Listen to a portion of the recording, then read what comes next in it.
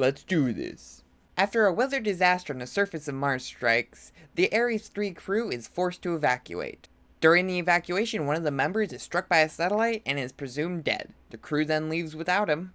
And then we find out that Matt Damon survives. He is then forced to rely on his intelligence long enough for a rescue mission to come and get him. As I mentioned in my review of Alien, any issues that came up in this movie were not a result of stupidity and negligence, and instead just from forces out of their control. One of the things I appreciated was all of the characters were unique and likable, and the combination of smart, unique characters and a foreign landscape made for a very enjoyable movie. A theme I found with sci-fi thrillers is that the issues don't usually arise from people being stupid or incompetent, but instead come from some external force that they have no control over. In Life, it was the little critter. In Alien, it was, well, Alien. And in The Martian, it was Mars. A reason for this is you can't be a dumb, rash person and be flown into space, and the movie did a good job of sticking to this theme. Mark Watney didn't create any extra problems for himself, and never acted on emotion. Whenever a problem came up, he would think it through and act on it.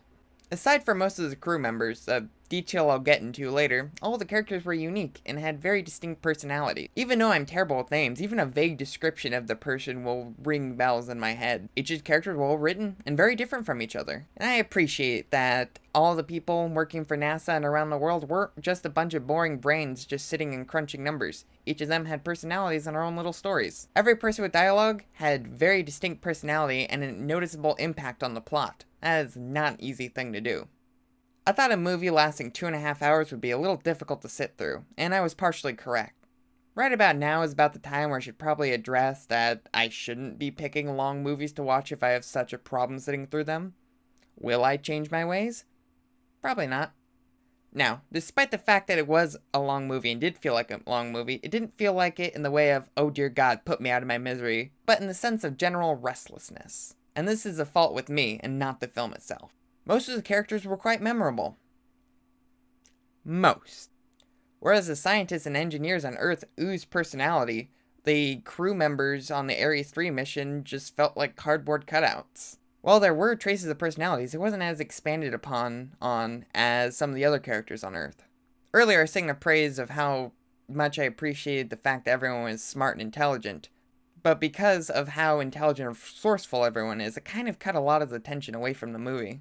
I believe that part of the reason why the crew members felt so shallow on the movie was that while they may have had character building in the book, that just didn't translate to the big screen. It could easily have been a mistake too. The writers know who these people are, and it might not have seemed important to give them depth. On the topic of importance, their lack of it to the plot is probably another reason why they didn't bother devoting screen time to an already long movie to developing them, because they weren't that important. They only came in handy at the last part of the movie. You'd think that a movie about surviving on the surface of Mars would be incredibly intense. His life hanging by a thread on every second. Each hurdle requiring a lot of thought and work to conquer.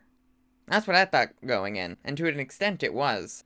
However, every issue is conquered and solved with relative ease. Conveniently having a background in botany, Mark was able to start a potato farm to survive. He just happens to have a piece of machinery to be able to contact Earth. Everything that would destroy an average person, Mark handles with ease. Of course, this is because he is not an average person and is instead a specially trained NASA person. But that fact still doesn't make up for the lack of tension in the movie. Except for the last part. Last part was pretty tense. I like that.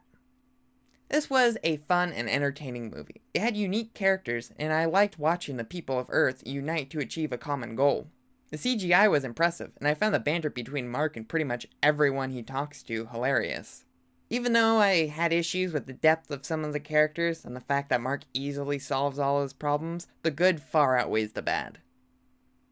I give this movie a rating of 86. It gets points for smart people, cool landscape, and an engaging movie all around. And I deducted points for two-dimensional crew members and the issues on Mars being trivial. Oh fuck, I didn't get a recommendation rating.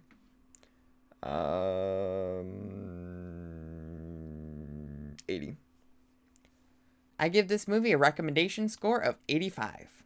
This is a PG-13 movie, and the science isn't too terribly explained, so you don't have to worry about being confused by a bunch of technobabble. It's a fun movie all around, and I definitely recommend you go see it. Like what I had to say? Disagree with what I had to say? Let me know in the comments below. And as always, I bid you adieu.